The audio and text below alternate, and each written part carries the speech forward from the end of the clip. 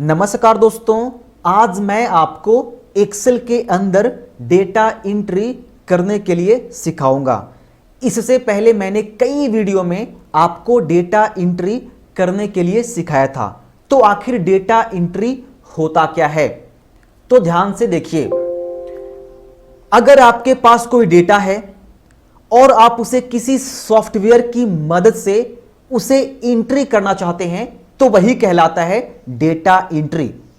अब आपके पास कुछ भी हो सकता है, किसी भी चीज का लिस्ट हो सकता है, तो अगर आप उसे एंट्री करना चाहते हैं तो वही कहलाता है डेटा एंट्री, जो कि आपको यहां पे बताया जा रहा है। आप देख सकते हो यहां पे मैंने पूरा डिटेल्स में बताया है। अब ऐसा नहीं है कि डेटा को एंट्री करने के लिए हम सिर्फ और सिर्फ एक्सेल का यूज करेंगे। एक्सेल के अलावा और भी बहुत सारे सॉफ्टवेयर हैं जहां पर हम डेटा को एंट्री कर सकते हैं। मैं बार बार कह रहा हूं, अगर हमारे पास कोई डेटा है, चाहे वो स्कूल का हो, चाहे वो किसी कंपनी का हो, है ना, कुछ भी हो सकता है। अभी कोविड चल रहा है तो हो सकता है कि भाई आज कौन आया, कितने लोग हैं जो पॉजिटिव हैं, कितने लोग नेगेटिव हैं, तो ये सब जो आपके पास जो डेटा है ना, आप उसे अगर एंट्री करते हो तो वही कहलाता है डेटा एंट्री, राइट। तो जैसे मान लो कि आपके पास एक एक्सेल है, आप एक्सेल में भी डेटा एंट्री कर सकते हो। इसके अलावा आपके पास एमएस एक्सेस है, उसमें भी आप डेटा एंट्री कर सकते हो। इसके अलावा गूगल शीट है, वहां पर भी आप डेटा एंट्री कर सकते हो। यहां तक कि एमआई जो है वो भी अपना खुद का एप्लीकेशन लॉन्च किया है एंड्रॉयड के लिए, तो उसमें भी आप डेटा एंट्री कर सकते हो। इसके अलावा बहुत सारे ऐसे कंपनियां होती हैं जो कि खुद का सॉफ्टवेयर यूज करती है, तो आप उसके अनुसार डेटा एंट्री करेंगे। होता है बड़े बड़े जो कंपनियां होती है ना, उनका खुद का सॉफ्टवेयर होता है डेटा एंट्री करने के लिए। लेकिन इस वीडियो में मैं आपको एक्सेल के अंदर किसी कंपनी के लिए डेटा एंट्री करने के लिए सिखाऊंगा, वो भी चुटकियों में। आज आप बहुत कम समय में एक्सेल के अंदर डेटा एंट्री कर सकते हैं। बहुत मजा आने वाला है। आप देख सकते हो मैंने इस तरह का डेटा तैयार किया है, जहां पर एक छोटा सा हेडिंग है और उसके बाद serial number, employ ID, name, gender, address, department, salary, phone number, Aadhaar number और ज्वाइनिंग डेट। आप इसके अलावा भी कुछ और ऐड कर सकते हैं। ओके, अब देख रहे हैं यहां पे ये मैंने कैसे किया। बहुत सिंपल है। मैं सीट 2 पे जाता हूं। सीट 2 पे जाने के बाद मैं इस रो को सिलेक्ट करता हूं, देन मर्ज एंड सेंटर, और यहां भी सेंटर कर देता हूं। अब यहां लिख देता हूं कंपनी, है ना, यही मैंने लिखा था। और उसके बाद मैंने लिखा डेटा एंट्री, बस यही तो मैंने यहां पे लिखा था। अब मैंने क्या किया था, थोड़ा सा इसको नीचे ऐसे खींचा था और बोल्ड किया था, येलो कलर फिल किया था। बस दोबारा मैंने सिलेक्ट किया था और फिर यहां से ऑल बॉर्डर मैंने लगा दिया था और सारे को यहां पे सेंटर में मैंने कर दिया था। टेक्स्ट को मैंने यहां लिखा सीरियल नंबर, उसके बाद एम्प्लॉय आईडी, इसी तरह से मैंने यहां पे लिख दिया था। बस और कुछ नहीं था। देख लो यहां पे सीट 1 में देख लो, और कुछ नहीं है। ये जो प्रैक्टिस फाइल है मैं ग्रुप में डाल दूंगा, आप ग्रुप में जाकर चेकआउट कर लीजिएगा। मैं फटाफट लिखता हूं सीरियल नंबर 1, 2 और मैं सेलेक्ट करके इसको ड्रैग कर देता हूं। अब एम्प्लॉय आईडी में मैं करता हूं, मान लो कि मैं कुछ भी करता हूं, आईडी है ना, तो आईडी कुछ भी मैं करता हूं, मान लो कि 1A है ना, 1B, सॉरी 1B, फिर उसके बाद 1C, ओके, फिर 1D, ऐसे करके मान लो एम्प्लॉय आईडी है, सिर्फ एग्जांपल। लेकिन अगर हम बार बार ऐसे लिखते हैं यार, एम्प्लॉय आईडी, नेम है DK वर्मा, जेंडर मेल, तो क्या ये डेटा एंट्री होगा? बहुत वक्त लगेगा यार। तो मैं ऐसे नहीं करूंगा, मैं ऐसे नहीं करूंगा, मैं डिलीट कर दूंगा। अब देखो क्या करूंगा। देखो यहां पे insert, page layout, formulas, data, review, view, इतने सारे टैब हैं। मुझे एक और टैब बनाना होगा, मुझे एक और न्यू टैब बनाना होगा। तो मैं क्या करूंगा, फाइल में जाऊंगा, ऑप्शंस में जाऊंगा, कस्टमाइज रिबन में क्लिक करूंगा और यहां से पॉपुलर कमांड्स है, ऑल कमांड्स पे क्लिक करूंगा, है ना। अब करना क्या है, अब जाना है न्यू टैब में और यहां से न्यू टैब पर क्लिक करना है। देखो आपके पास एक न्यू टैब आ गया, इसका एक नाम दे सकते हो, यहां पे राइट क्लिक करो, रीनेम करो, कर दो यहां से डेटा एंट्री और कर दो ओके। हो गया आपका डेटा एंट्री, यानी कि डेटा एंट्री नाम से एक टैब आपने बना डाला। ओके, अब करो यहां इसमें जाओ और यहां पर ढूंढो फॉर्म, यहां पर ढूंढना है आपको फॉर्म। देखो यहां मैं जूम करूं, देखो फॉर्म, यहां पे क्लिक करो और यहां से कर दो ये जो आपका ऐड है, ऐड पे क्लिक कर दो। अभी भी ऐड नहीं हो रहा है, मैं दिखाता हूं आपको। मैं यहां पे क्लिक करना पड़ेगा मेरे को और फॉर्म पे, और यहां से करना है मेरे को ऐड। अब कर देना है ओके। देखो यहां पे डेटा एंट्री बन गया एक न्यू टैब और डेटा एंट्री के पास देखो यहां पे फॉर्म आ गया। मैं क्या करता हूं, इसको डिलीट करता हूं और फिर से आपको ये लाना सिखाता हूं। मुझे पता है थोड़ा सा आपको कंफ्यूजन हुआ होगा, मैं डिलीट करूंगा पहले, फिर मैं आपको दोबारा ला करके दिखाता हूं। कस्टमाइज रिबन और ये हमारा टैब था, मैं इसको क्या करूंगा, ऐसे रिमूव कर दूंगा, ओके कर दूंगा। देखो हमारा जो टैब था वो रिमूव हो गया। अब दोबारा जाना है फाइल मेनू में, ऑप्शंस में, कस्टमाइज रिबन पे। अब देखो क्या करना है, करना क्या, ध्यान से देखिए।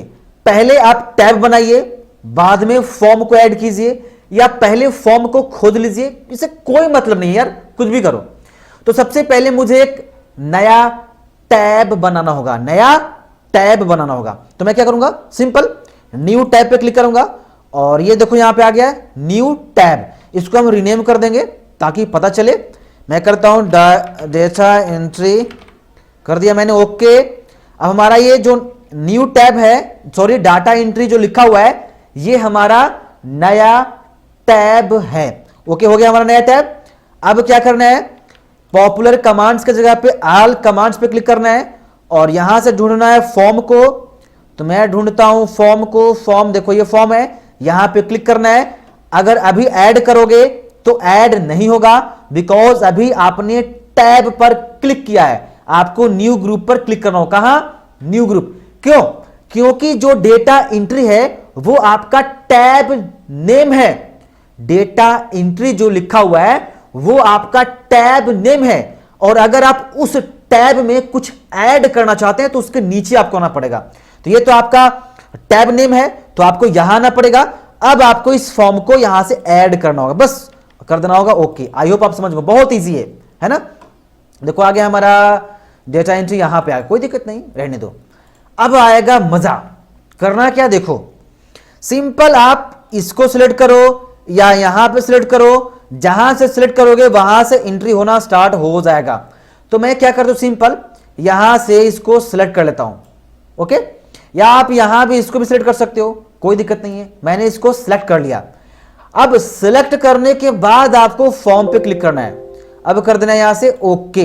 वाओ, सीट 1, जो देखो ये जो आपने लिखा था सीट 1, इसको आपने रीनेम नहीं किया था, तो आप इसको रीनेम कर सकते हो और इसका एक नाम दे सकते हो, है ना, कि डेटा एंट्री। तो वहां पे क्या शो करेगा, सीट 1 की जगह पे डेटा एंट्री शो करेगा। अब मजा आएगा क्या, कि देखो यहां पे serial number, employ ID, gender सब कुछ ऊपर में शो कर रहा है, और वही चीज यहां पे आ गया। अब कुछ नहीं करना है, सिंपल सीरियल नंबर है तो 1 लिखो, टैब दबाओ। एम्प्लॉय आईडी है, मान लो कि एम्प्लॉय आईडी आप 1A डाल रहे हो तो 1A डालो। मैं थोड़ा सा जूम कर देता हूं, बस आपको यहां से डालते जाना ये चीज। फिर टैब दबाओ, नेम में लिखो DK, टैब दबाओ, जेंडर क्या है मेल, टैब दबाओ, एड्रेस लिखो यहां पे गया, टैब दबाओ, डिपार्टमेंट हमारा हो कंप्यूटर, टैब दबाओ, सैलरी मेरा हो गया मान लो कि 15,000, टैब दबाओ, फोन नंबर हो गया 62 87 32 87 95, टैब दबाओ, आधार नंबर कुछ भी मैं लिख देता हूं यहां पे, टैब दबाओ, ज्वाइनिंग डेट मैं कर देता हूं मैं यहां पे, चलो ना 15 अप्रैल, या अपने हिसाब से डेट को यहां मेंशन कर देना। यहां पे जिस तरह से कंप्यूटर डेट लेता है ना, उसी तरह से आपको यहां पे करना होगा। तो मैंने कर दिया, पहले मंथ लेता है ना, तो पहले यहां पे मंथ डालना होगा, पहले मंथ बाद में डेट, ठीक है, मैंने कर दिया बस। अब इसको एंट्री करने के बाद कुछ नहीं करने का, आपको सिंपल इंटर मारने का। इंटर जैसे ही करोगे ऑटोमेटिक यहां पे देख लो आपका डेटा यहां इंटर हो चुका है। कितना मजा आएगा कि बस इस फॉर्म में डेटा एंट्री करो और ऑटोमेटिक वहां बनते जाएगा। अब देखो मैं क्या कह रहा हूं, मैं यहां पर हूं, फिर से सीरियल नंबर 2 टैब दबाएंगे, एम्प्लॉय आईडी 1B टैब दबाएंगे, नाम में मदन टैब दबाएंगे, जेंडर मेल टैब दबाएंगे, एड्रेस पटना टैब दबाएंगे, डिपार्टमेंट हो गया हमारा मान लो इलेक्ट्रीशियन, मान लो कुछ भी मानो ना यार, कुछ भी कर लेते हैं यहां पे, टैब दबाएंगे, सैलरी मान लो 50,000 टैब दबाएंगे, फोन नंबर मान लो कुछ भी मान लो यहां पे, टैब दबाएंगे, आधार नंबर कुछ भी मान लो, ज्वाइनिंग डेट आप यहां लिख दो 1/5 कुछ भी कर दो यार। अब बस इंटर करने का ऑटोमेटिक डेटा एंट्री हो गया। बताओ, यानी कि ये आपका समझो ना कि बस इसमें ही आपको एंट्री करना है, बस टैब लिखते जाओ, टैब दबाओ, लिखते जाओ, टैब दबाओ और बस एक बार लास्ट में इंटर कर देना है, लिखते जाओ, है ना, बस इंटर करते जाना है। क्या मजा आएगा, लिखो टैब, लिखो टैब, लिखो टैब, लिखो टैब, लिखो टैब, बस आपको यहां पे इंटर। अगर वीडियो दोबारा देखना है तो दोबारा देखो, लेकिन समझो अच्छे से। अगर समझ में नहीं आया हो तो वीडियो को फिर से प्ले करो। आई होप आप समझ रहे होंगे, बहुत इजी है इस तरह का डेटा एंट्री करना। बस मैंने आपको रूल्स बताया, बाकी करना आपको है। अगले दिन हम लोग स्कूल के लिए डेटा एंट्री करेंगे जो काफी इजी होता है। लेकिन देखो, अगर आप बाहर रहोगे और यहां पे क्लिक करोगे तो काम नहीं करेगा, इसको रेंज देना पड़ेगा, तो आपको रेंज इसको देना ही पड़ेगा।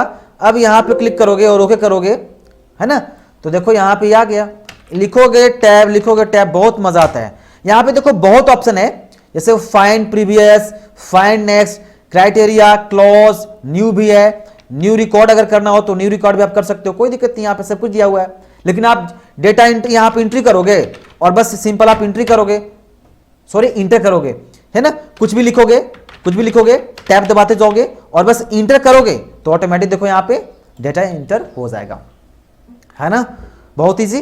तो इस तरह से आप डेटा एंट्री कर सकते हो।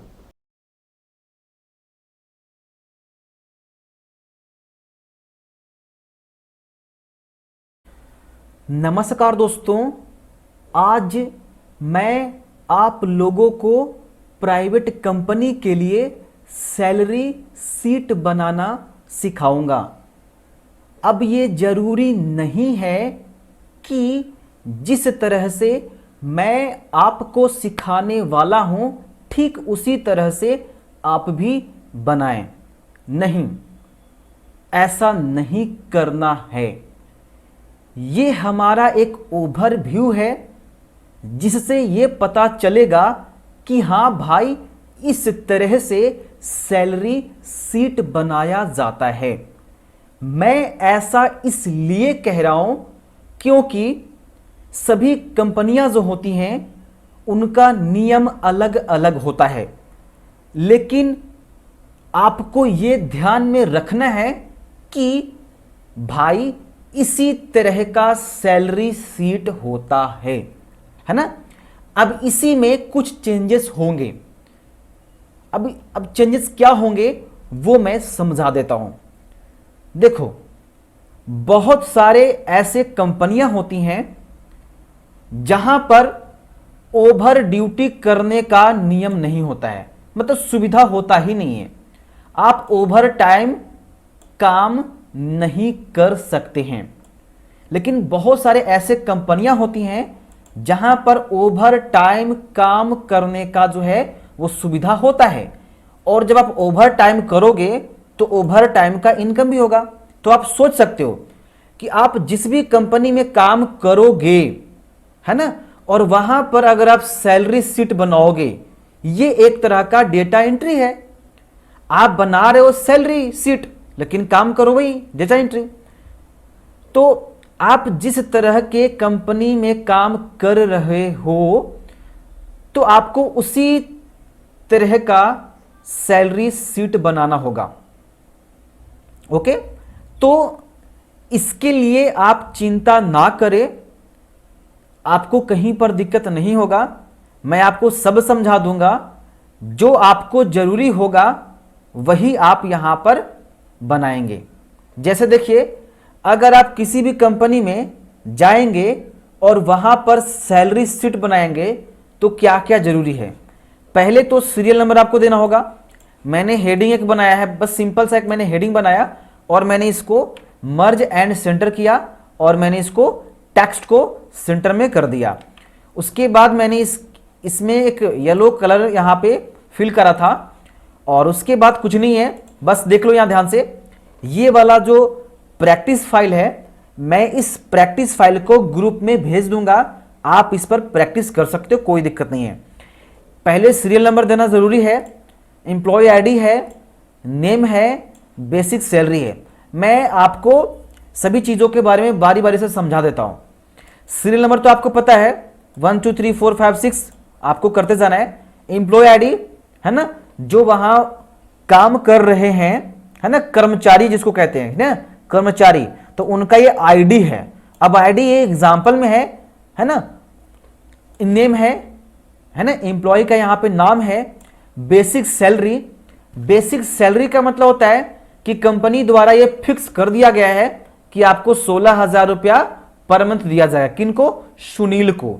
और अमन को फिक्स कर दिया गया है कि आपको 40,000 सैलरी दिया जाएगा। ये बेसिक सैलरी है, मतलब कंपनी के द्वारा ये दिया जाता है। उसी तरह से गौतम का यहां पे फिक्स है 30,000, तो ये आपका बेसिक सैलरी हो गया, जो इसको कह सकते हैं मोटा मोटी ये रकम है। अब बाद में आता है working days, working days salary, over time income, ये सब क्या है मैं बारी बारी से समझा देता हूं, ठीक है। अब मान लीजिए कि ये आपका बेसिक सैलरी है, तो कितने दिन का है? ये 1 महीने का है। अभी कौन सा महीना चल रहा है? अभी अप्रैल चल रहा है, ठीक है। क्या चल रहा है? अप्रैल। तो कितने दिनों का यहां पे होगा, है ना, 30 दिन का ये वाला जो है महीना होगा। कितने दिन का? 30 दिन का। तो ये जो सैलरी आप देख रहे हो ये 30 दिन का है ना। कितने दिन का? 30 दिन का ये सैलरी है। अब ये जो वर्किंग डेज है वो क्या है मैं समझा देता हूं। अब मान के चलो कि अप्रैल में, देखो यहां पे अप्रैल जो होता है वो 30 दिनों का होता है, लेकिन 30 दिन में आपने 15 दिन काम किया, तो वही होता है वर्किंग डेज। लेकिन ये जो फंडा है ना, सभी कंपनी नहीं करती है। अगर आप किसी कंपनी में काम कर रहे हैं, मान के चलो आप किसी कंपनी में काम कर रहे हैं, ओके, तो आप 2 दिन मत जाओ, 3 दिन मत जाओ, 5 दिन छुट्टी के लिए चले जाओ, इससे कोई फर्क नहीं पड़ता है।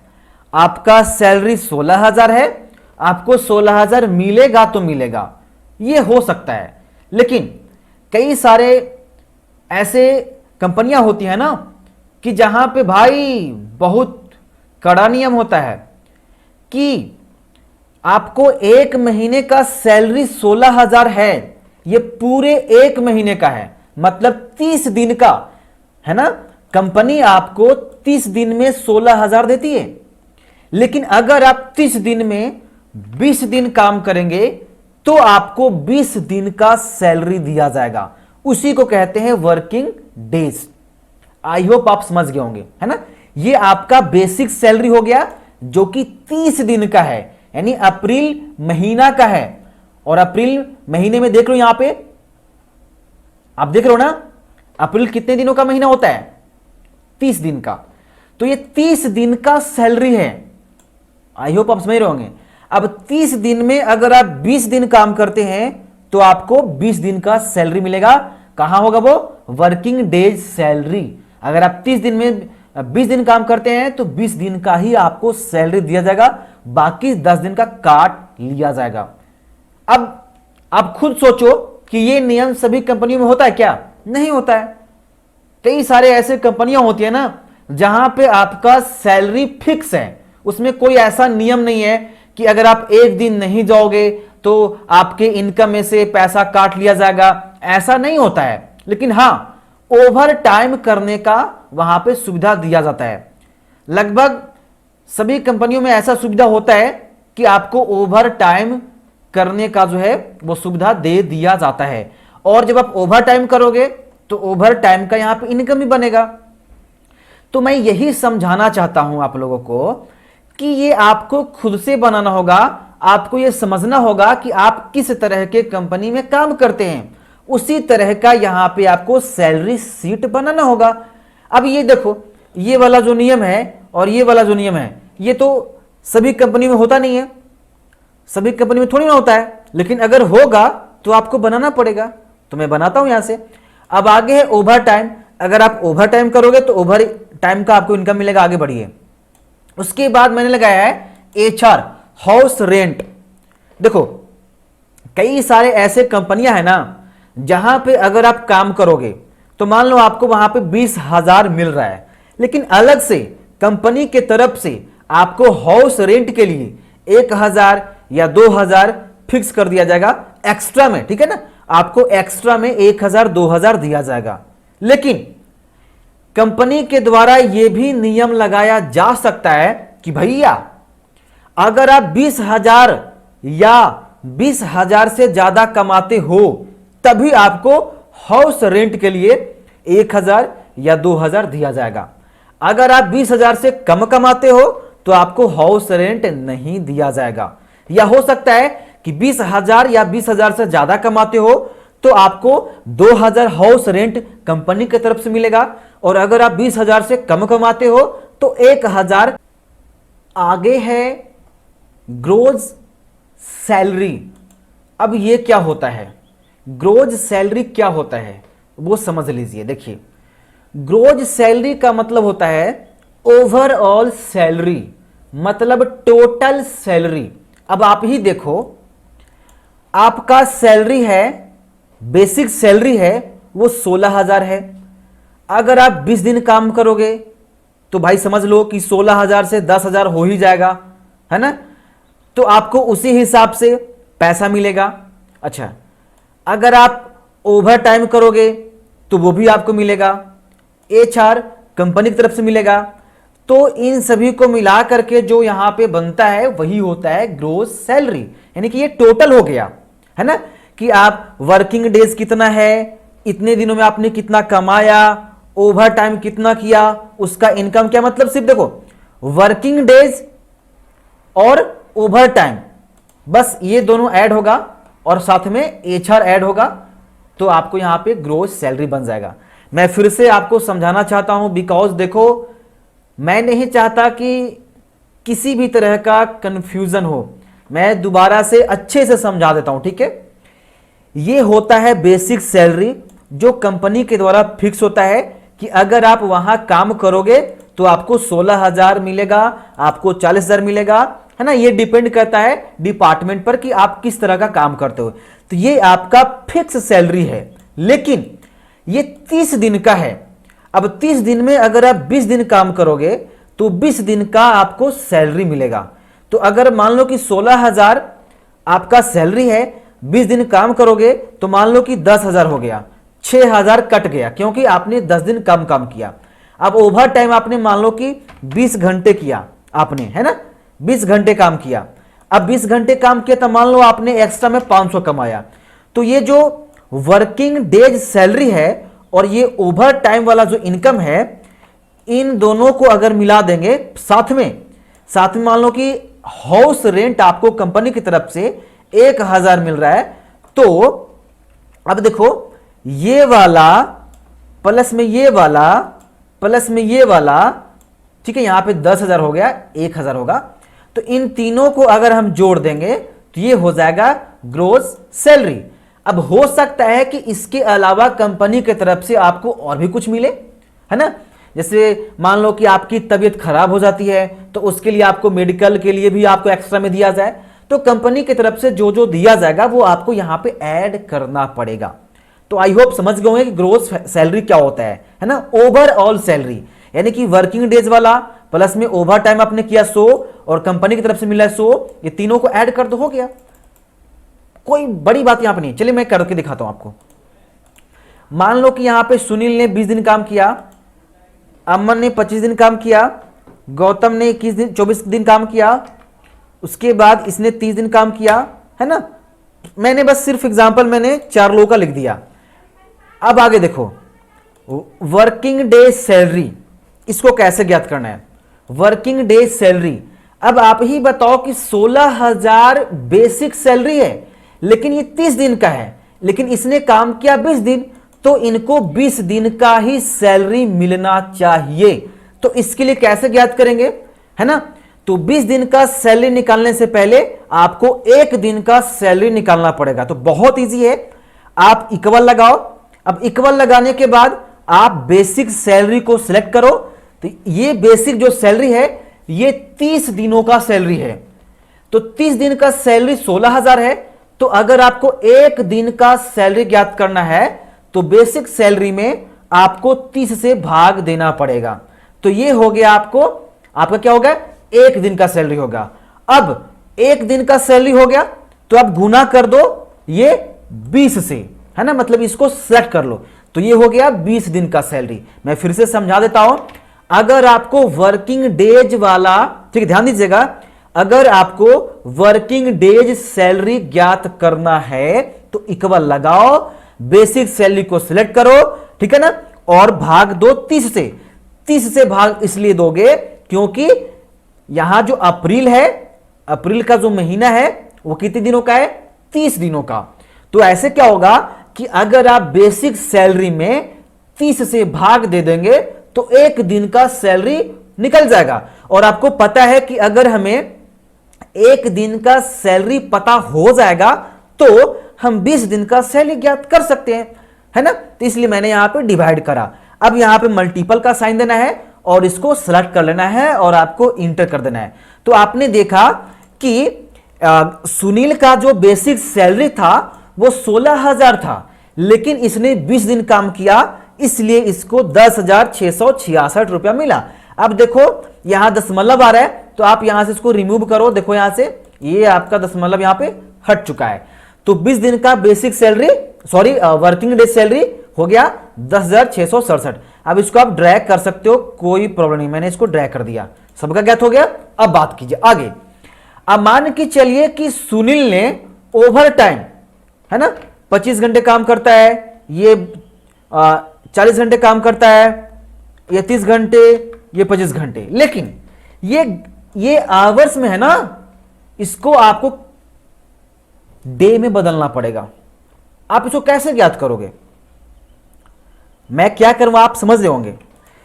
ओवर टाइम ये यहां पे घंटों में दिया गया है कि सुनील जो है वो 25 घंटे ओवर टाइम काम करता है और अमन जो है वो 40 घंटे ओवर टाइम करता है ना, ये घंटों में दिया गया है। तो अगर सुनील 25 घंटे ओवर टाइम करता है तो उसको कितना मिलेगा? ओके, तो देखिए कैसे हम लोग फाइंड करेंगे, देखिए ध्यान से देखिएगा। सबसे पहले हमें इक्वल लगाना है, इक्वल लगाने के बाद बेसिक सैलरी को सेलेक्ट करना है और 30 से भाग देना है। यानी जब हम बेसिक सैलरी में 30 से भाग दे देंगे तो 1 दिन का सैलरी हमें पता चल जाएगा। अब जब 1 दिन का सैलरी हमें पता चल गया तो फिर से हम इसी में कितने से भाग देंगे? अब ये आपको कंपनी से पूछना पड़ेगा कि 1 दिन में अपने वर्कर से कितने घंटे काम करवाती है।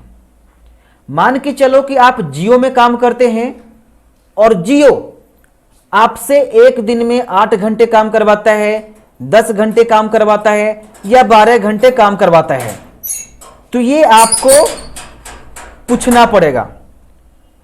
अब मान के चलो कि मैं जियो में काम करता हूं और वो हमसे 8 घंटे काम करवाती है, तो मैं यहां से 8 से डिवाइड करूंगा। अगर 10 घंटे काम करवाते तो मैं यहां से 10 से भाग दूंगा। अब आप दिमाग लगाओ कि मैंने बेसिक सैलरी में 30 से डिवाइड किया और जैसे ही 30 से डिवाइड किया तो 1 दिन का सैलरी पता चल गया और फिर से मैंने 10 से डिवाइड किया तो हमें क्या हुआ? आप ही बताओ। आपने जब 30 से डिवाइड किया तो 1 दिन का सैलरी पता चल गया, तो अगर आप 10 से भाग दोगे तो आपको 1 घंटे का यहां पे सैलरी पता चल जाएगा। अब गुना कर दो कितने से, ओवर टाइम से, और कर दो इंटर। तो देख लो 1333 रुपया आपका ओवर टाइम का इनकम निकल गया। यहां से ये आप दशमलव को हटा दो। अब आप इसको यहां से ड्रैग कर सकते हो। तो सभी लोगों का जो ओवर टाइम का जो इनकम है वो यहां पे शो कर दिया। अब आगे बढ़िए, अब यहां पे आइए। अब मान के चलो यहां पे एचआर है, हाउस रेंट है, जो कि आपको कंपनी की तरफ से मिल रहा है। अब जरूरी नहीं है कि कंपनी की तरफ से आपको हाउस रेंट मिले, बहुत कुछ मिल जाता है कंपनी से एक्स्ट्रा में, लेकिन मैंने सिर्फ एग्जांपल लिया है। मैंने शुरुआत में ही आपको कह दिया था कि मैं सिर्फ और सिर्फ आपको ओवर व्यू बता रहा हूं कि इसी तरह से सैलरी शीट बनता है। अब मान के चलो कि सभी लोगों का जो एचआर है वो समान है कि भाई मैं तो सभी वर्कर्स को ना 1000 हाउस रेंट दूंगा, लेकिन अगर कंडीशन लगा दिया तो भाई चलो ठीक है, लगाने दो। तो अगर कंडीशन लगा दिया तो आप कैसे करोगे, आप लॉजिकल फॉर्मूला का यूज करोगे, है ना, इफ फॉर्मूला का यूज करोगे। लेकिन अगर ऐसा सिस्टम नहीं है, अगर सभी लोगों का जो एचआर है वो समान यहां पे दिया जा रहा है, सभी लोगों का मतलब 1000 है तो 1000 है, तो फिर कोई दिक्कत नहीं है। लेकिन अगर नियम है कि अगर किसी का इनकम 20,000 से ज्यादा है तो एचआर जो है वो मैं 2000 दूंगा, और अगर कम है तो 1000 दूंगा। तो चलिए मैं वो भी करके दिखाता हूं। इक्वल, इफ लगाएंगे, टैब दबाएंगे। अब हमारा जो क्या है, हमारा यहां पे बेसिक सैलरी हमारा देख लो ये वाला है, मैंने इसको सिलेक्ट कर लिया। अब मैंने उसको सिलेक्ट कर लिया, बड़ा होगा या बराबर होगा 20,000 से, है ना, बड़ा होगा या बराबर होगा 20,000 से, कॉमा देंगे तो इसे हमें 2000 एचआर देना है, और अगर ऐसा नहीं होता है कॉमा तो हमें इसे 1000 देना है, ब्रैकेट क्लोज, देन इंटर। देख लो ऑटोमेटिक हाउस रेंट 1000 दे दिया। फिर से बताता हूं, इक्वल, इफ लगाना है, टैब दबाना है, यहां पे बेसिक सैलरी को सिलेक्ट कर लेना है। अब यहां पे ये वाला यानी कि D4 बड़ा होगा या बराबर होगा 20,000 से, यानी कि 20,000 होगा या 20,000 से बड़ा होगा, तब इसे हाउस रेंट है वो मिलना चाहिए 2000, कॉमा में, ठीक है ना, डबल कोट्स में आपको बंद कर देना है ना। अगर 20,000 से बड़ा या बराबर नहीं होता है, कॉमा मतलब तो इसे भैया 1000 मुझे देना चाहिए, ब्रैकेट क्लोज। देख लो यहां, आप ध्यान से देख लो, ठीक है।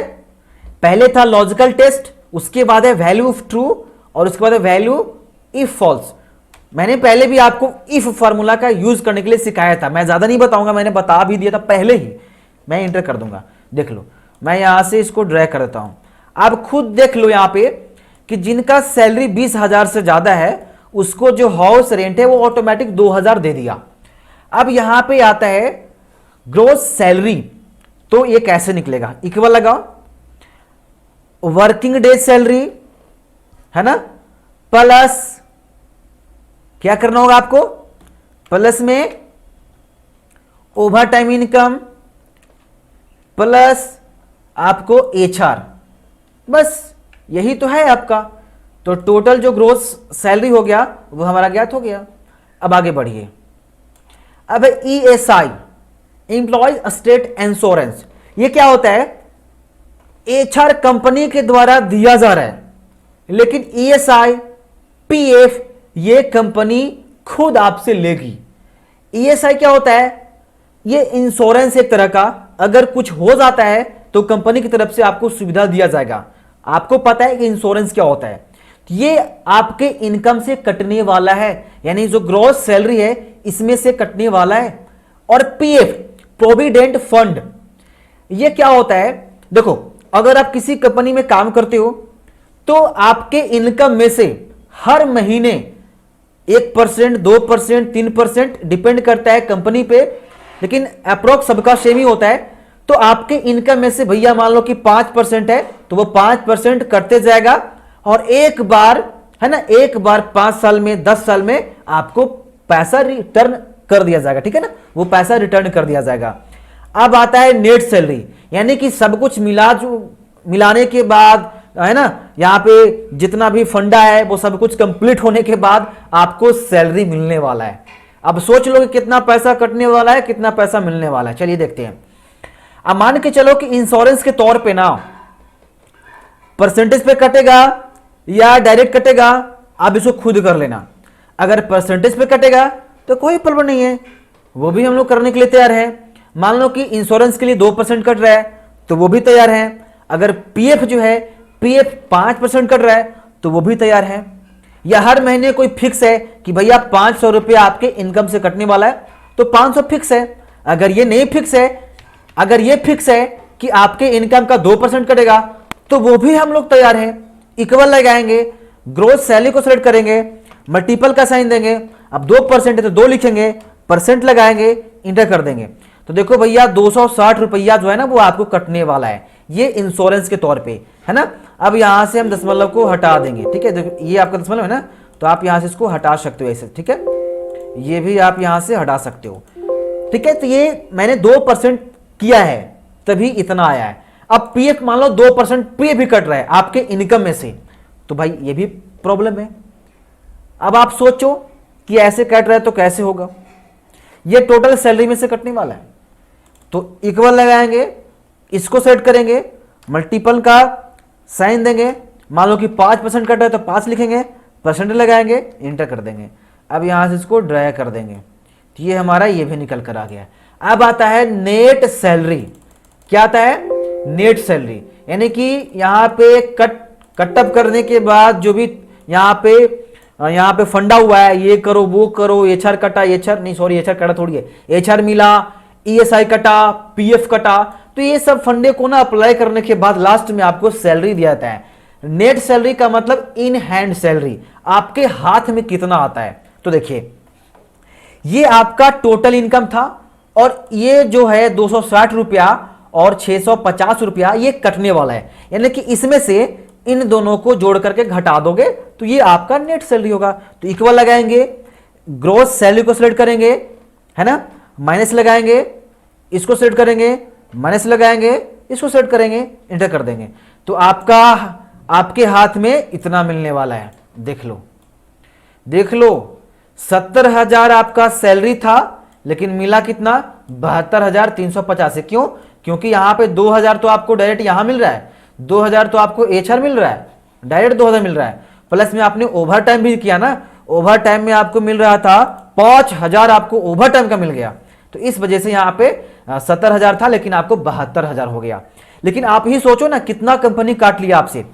आपका इनकम 70,000 था, आपने ओवर टाइम करा, आप मान लो कि यहां पे 6,000 का, तो 76,000 हो गया। और आपको रूम रेंट मिल रहा है एक्स्ट्रा में 2,000, तो 78,000 हो गया। और कुछ कटा तो मान लो 1,000 कटा, लेकिन फिर भी देखो यहां पे 72,000 शो कर रहा है, तो भाई कटता है ना। अभी तो ये मैंने एक शॉर्ट बताया, लेकिन कंपनी में जब आप जाओगे ना तो ये यहां पे पीएफ है, ईएस है ना, पता नहीं क्या क्या लगा करके आपको 20,000 का सैलरी है और वो 14,000 देगा ऐसे करके। और ये जो मैंने बताया एचआर, हाउस रेंट, हो सकता है कि आपके कंपनी के द्वारा कुछ और दिया जाए, है ना, मेडिकल के लिए अलग दिया जाए, है ना। और एक होता है ट्रैवलिंग के लिए, है ना, ट्रैवलिंग के लिए भी बहुत सारे ऐसे कंपनी है ना जो ट्रैवलिंग करने के लिए भी आपको एक्स्ट्रा पैसा देती है। तो जो जो देगा भैया आपको यहां पे कर लेना है, बहुत ईजी है। ये जो फॉर्मेट है यहाँ, ये जो प्रैक्टिस फाइल है मैं आपके ग्रुप में ना भेज दूंगा, आप इस प्रैक्टिस फाइल से ना प्रैक्टिस कर लेना, क्योंकि ये बना बनाया हुआ आपके पास चला जाएगा तो प्रैक्टिस करने में थोड़ा सा आसान हो जाएगा, ठीक है।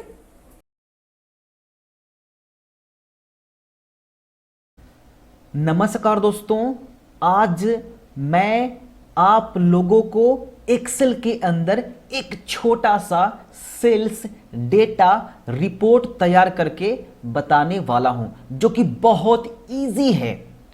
एक्सेल के अंदर हेडिंग बनाना, फॉर्मेटिंग करना, यही लोगों को दिक्कत समझ में आता है।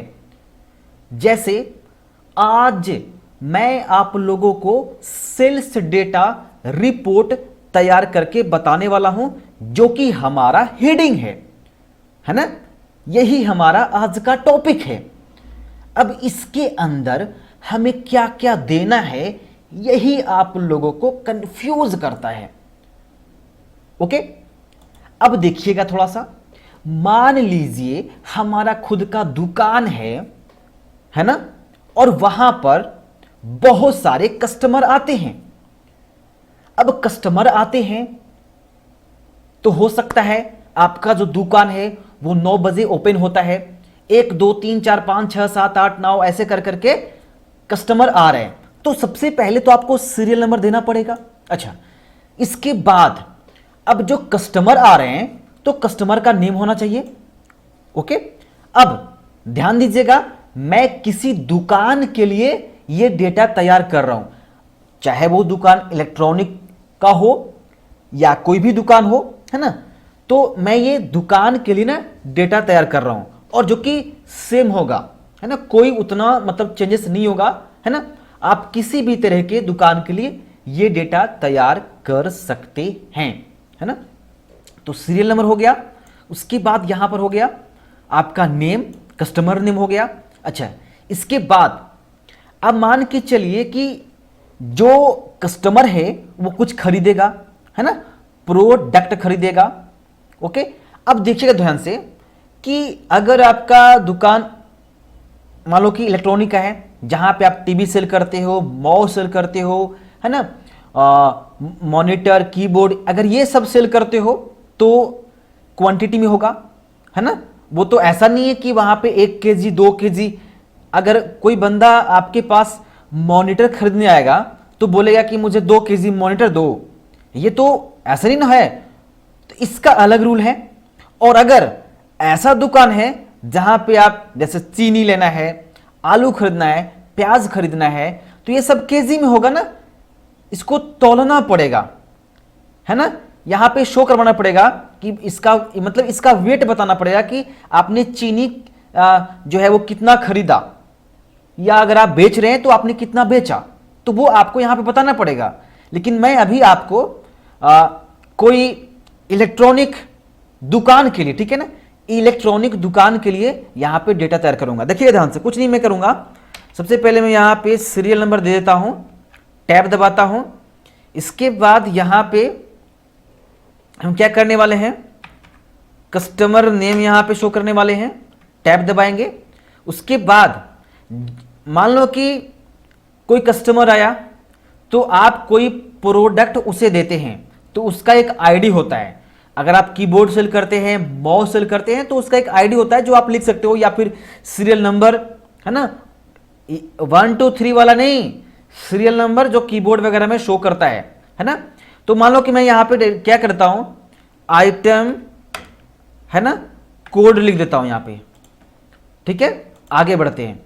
अब देखो यहां पे ये जो आ रहा है ना, आप यहां से ऐसे करके इसको स्पेस दे सकते हो, बाद में हम कर लेंगे हम लोग, ठीक है, बाद में कर लेंगे, कोई दिक्कत नहीं है। इसके बाद हम लोग क्या करेंगे, यहां पे प्रोडक्ट नेम, है ना, ओके, हमने प्रोडक्ट नेम लिख दिया। अब मान लो कि प्रोडक्ट नेम यानी जैसे मान लो कि मॉनिटर, है ना, या मान लो कीबोर्ड, या मान लो SMPS, तो ये प्रोडक्ट नेम हो गया। ओके, अब रेट बताइए आप, तो रेट लिखेंगे। अब ये मान लो कि एक की यहां पे रेट की आप जो लिख रहे हो, ये मान लो कि कोई कीबोर्ड खरीदता है, तो एक कीबोर्ड का रेट आपको यहां बताना है, यानी कि रेट मतलब सिर्फ एक का रेट यहां पे है ना। अब यहां पे लिखेंगे क्वांटिटी, यानी कि मान लो कि कोई कीबोर्ड खरीदता है तो कीबोर्ड का क्या प्राइस है, कीबोर्ड का क्या प्राइस है, तो मान लो 500 प्राइस है ना, तो कितने कीबोर्ड लेकर के गया, तो वो होता है क्वांटिटी। मैं फिर से समझाऊंगा, है ना। उसके बाद यहां पर हम करेंगे टोटल, है ना, यहां पे टोटल प्राइस यहां पे कर देते हैं, टोटल प्राइस, ठीक है। मैं पहले सिलेक्ट कर लेता हूं, ठीक है, ध्यान दीजिएगा, मैं यहां सिलेक्ट कर लेता हूं और यहां पे जा करके ऑल बॉर्डर में लगा देता हूं और यहां पे सेंटर कर देता हूं, ठीक है। और यहां पे क्लिक करके एक बार में सारे को एडजस्ट करता हूं, ठीक है। आप इसको सिलेक्ट करोगे ना, या यहां पे सिलेक्ट करो ऑल और यहां पे क्लिक करके एडजस्ट कर लो, ठीक है। ये मेरा एडजस्ट हो गया यहां पे, ठीक है। Serial number, customer name, item code, product name, rate, quantity, total price. अब टोटल प्राइस के बाद हम क्या लिखेंगे, अगर मान लो टैक्स है तो यहाँ पे आपको टैक्स लिखना पड़ेगा, है ना, टैक्स है, आपने यहाँ लिख लिया। देखो ये जो टोटल प्राइस है ये प्रोडक्ट का है। मान लीजिए मैं पहले एक एग्जांपल दे देता हूँ, मैं लिख देता हूँ पहले, यहाँ पे मैंने यहाँ पर लिख डाला, ठीक है। अब कस्टमर नेम में लिखा मैंने अमन, मैं समझाई देता हूँ, अमन गोपाल ऐसे करके मैंने लिखा, ठीक है, ओके। आइटम कोड मैंने कुछ भी यहाँ पर डाल दिया, इंटर, इसका भी कुछ मैंने डाल दिया। मान लो कि अमन जो है वो टीवी खरीदता है ना, टीवी का रेट है 9,000। अगर कोई कंपनी है तो यहाँ पे ऐड कर देना। मान लो कि एलजी कंपनी है और एलजी का कोई टीवी खरीदता है तो यहाँ पे एक्स्ट्रा में आप क्या कर लेना, यहाँ पे कंपनी ऐड करना। क्या ऐड कर देना, कंपनी। अब कंपनी कौन सा है, तो मान लो एलजी है तो एलजी का क्या लेकर गया, तो एलजी का टीवी लेकर के गया। आप देख लो ना, ये हो गया कंपनी और ये हमारा हो गया कंपनी कौन सा है, एलजी। तो एलजी का क्या लेकर गया, तो एलजी का टीवी लेकर गया। अब मान लो यहाँ पे कुछ भी मैं कर देता हूँ, यहाँ पे इंटेक्स। अब इंटेक्स का क्या लेकर गया, तो मैं यहाँ करता हूँ यूपीएस, है ना, यूपीएस लेकर गया। तो ये जो रेट है ना, एक टीवी का रेट इतना है और अमन एक, देखो ध्यान से, अमन जो है एलजी कंपनी का टीवी खरीदता है, जो एक टीवी का जो प्राइस है वो 9,000 है और ये 3 टीवी खरीदता है, तो टोटल कितना हो जाएगा, बस समझ रहे हो। तो इन दोनों को गुना करोगे, इक्वल, इसको सिलेक्ट करोगे, मल्टीपल साइन दोगे और इसको सिलेक्ट करोगे और ये कर दोगे इंटर, इसका हो गया। अब यूपीएस का रेट मान लो कि यहाँ पे 1600 है तो 2 यूपीएस खरीदता है, तो इसको आप यहाँ से ड्रैग कर दो तो इसका भी यहाँ पे आपका फाइंड हो जाएगा, देख लो, ठीक है। अभी एक ट्रिक भी बताऊंगा। अब इसमें जो जो ऐड करना है वो आप अपने दुकान के अनुसार इसमें ऐड करना। अगर वेट में है तो वो भी कर लेना, मतलब जिसको नापा तोला जाता है आप वो भी कर सकते हो, है ना। लेकिन ये चीजें हैं, आप इसको क्या करोगे, क्वांटिटी में आएगा। टैक्स मान लो कि 0.9% लगता है ना, यानी कि टोटल का मतलब कि आप यहाँ पे 27,000 का आपने खरीदा, है ना, तो इतना जो है वो परसेंट कट जाता है आपका। या मान लो कि इसी में इंक्लूड है या फिर अलग से कोई टैक्स लगता है, मान लो एग्जांपल में सिर्फ अलग से कोई टैक्स लगता है 1%, 2%, है ना, या टोटल प्राइस का 1%, तो उसके अनुसार यहाँ पे आपको करना है। तो इक्वल लगाएंगे, इसको सेलेक्ट करेंगे, मल्टीपल का साइन देंगे। अब मान लो 1% लगता है तो 1 लिखोगे, परसेंटेज का साइन दोगे और यहाँ पे इंटर करोगे। अब यहाँ पे इसको, यहाँ पे आप आराम से इसको ड्रैग करोगे, हो गया यहाँ पे इतना, ठीक है। अब आगे बात करते हैं, नेक्स्ट में यहाँ पे अब आएगा फाइनल प्राइस। फाइनल प्राइस, अब क्या करोगे, फाइनल प्राइस में आपका टोटल प्राइस ये है, टैक्स लग रहा है इतना, तो दोनों घटा दो, इक्वल, ये वाला सिलेक्ट करो माइनस, ये वाला सिलेक्ट करो, इंटर कर दो, ये हमारा, इसको ड्रैग कर दो, तो ये हमारा हो गया। बस यही तो करना होता है। मेन आपका होता है हेडिंग। हेडिंग अगर आपने बना लिया तो ये सब करने में दिक्कत नहीं, क्योंकि मैंने आपको वो सारे फॉर्मूले बता दिए हैं जो आपको यहाँ पे यूज होने वाला है। अभी तो यहाँ जोड़ घटाव गुना भाग ही यूज हो रहा है, बड़े बड़े डेटा में भी ये सब यूज होते हैं। अगर आप कोई बड़े बड़े डेटा यहाँ पे बनाते हैं तो उसमें भी वही यूज होता है, मैक्सिमम, मिनिमम, है ना, इफ, इफ्स, सम इफ्स, यही सब यूज होता है। कोई ज्यादा यहाँ पे प्रॉब्लम होता नहीं है, बस यही देखना होता है कि आप बना क्या रहे हो। अगर आप सेल्स डेटा रिपोर्ट बना रहे हो तो आपको ये सोचना पड़ेगा कि भाई इसके अंदर मैं क्या क्या लिखने वाला हूं। अच्छा, इसके अलावा एक और आपके पास ऑप्शन था, कैसे, आप क्या करते, इसको सेलेक्ट करते, सेलेक्ट करने के बाद मैंने बताया था ना डेटा एंट्री वाला स्पेशल मैंने टैब बनाने के लिए पिछले वीडियो में, फॉर्म पे क्लिक करते और यहां से आप ऐसे भी एंट्री कर सकते थे, लेकिन थोड़ा सा क्या होगा ना कि यहाँ पे टैक्स खुद से लिखना पड़ेगा, बस में रहना है, खुद से यहाँ पे टैक्स लिखना पड़ेगा, तो थोड़ा सा दिक्कत होगा यहाँ पे, क्योंकि ऐसा दिक्कत नहीं होगा, कर सकते। सीरियल नंबर 1 है, टैब दबाएंगे, कस्टमर ने अमन, टैब दबाएंगे, आइटम कोड कुछ कर देंगे, टैब दबाएंगे, कंपनी एलजी, टैब दबाएंगे, प्रोडक्ट मॉनिटर, टैब दबाएंगे, रेट मान लो कि 200 है, क्वांटिटी 2000 हो गया, प्राइस, अब टोटल प्राइस यहाँ पे खुद से निकालना पड़ेगा। तो यहाँ पे ये वाला जो फंक्शन है थोड़ा सा आपको प्रॉब्लम क्रिएट करेगा, क्योंकि यहाँ पे खुद से करना पड़ रहा है। टैक्स में कुछ आप भरोगे यहाँ पे, तो ये ऐड करने के लिए, तो यहाँ पे ये काम नहीं करेगा। अगर सिर्फ एंट्री करना है, मान लो कि यहाँ से यहाँ तक, सिर्फ यहाँ से यहाँ तक, अगर आप यहाँ से यहाँ तक करोगे तब ये कारगर साबित हो जाएगा। आपने यहाँ पे एंट्री कर दिया, इंटर दबाओ, तो ये ठीक है। पहले आप इसको एंट्री कर लोगे, बाद में आप यहाँ टोटल प्राइस, टैक्स और फाइनल प्राइस ये खुद से अलग से निकालना पड़ेगा, ना कि आप इसको सिलेक्ट करोगे और फॉर्म में जा करोगे, तो ये फिर काम कहाँ से करेगा, यहाँ से मल्टीपल थोड़ी ना करेगा ये। तो आप इतने चीज़ों को सिलेक्ट करके आप फटाफट फॉर्म का यूज करके आप डेटा एंट्री कर लो, और बाद में इसको एक क्लिक में आप इसको टोटल प्राइस वगैरह आप आसानी से निकाल सकते हो, कोई प्रॉब्लम नहीं है। ये जो फाइल है ना, मैं भेज दूंगा ग्रुप में, वहाँ से आप इसको डाउनलोड कर लेना, और डाउनलोड करने के बाद आप इसको फिर घर पर प्रैक्टिस करना, ठीक है। ये वाला जो फाइल मैं दे दूंगा, तो बहुत ईजी था। अब इसमें और कुछ आप ऐड कर सकते हो, है ना, जैसे मैंने बताया कंपनी ऐड करो, अगर कोई जीएसटी वगैरह ऐड करना है कि जीएसटी भी लग रहा है अलग से, तो वो ऐड करो। कोई यहाँ बार कोड है, क्योंकि अगर आप मान लो मॉनिटर लेते हो तो उसमें अगर बार कोड है तो वो ऐड कर सकते हो। अब किस डेट में परचेज किया गया तो इंसर्ट करो, और यहाँ पे डेट भी आप लिख सकते हो, है ना, डेट यहाँ पे, या फिर date and time, date and time. और मैंने आपको बहुत दिन पहले डेट एंड टाइम इंसर्ट करने बताया था, जैसे इक्वल लगाओ, नाउ लिखो, ब्रैकेट ओपन ब्रैकेट क्लोज,